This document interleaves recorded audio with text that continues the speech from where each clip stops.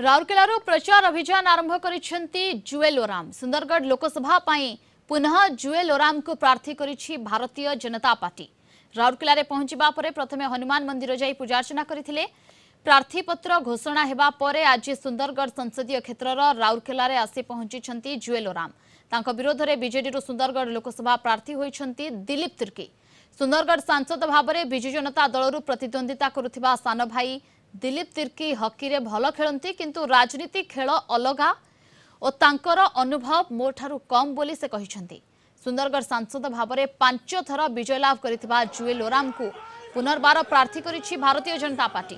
Bharatiya Janata party स्वतंत्र रणनीति सहित नरेंद्र मोदी काम और हावा को आधार करी निश्चिंत विजयी हेबु बोली कहिसेंती भारतीय जनता पार्टी सुंदरगढ़ सांसद प्रार्थी जुएल ओराम।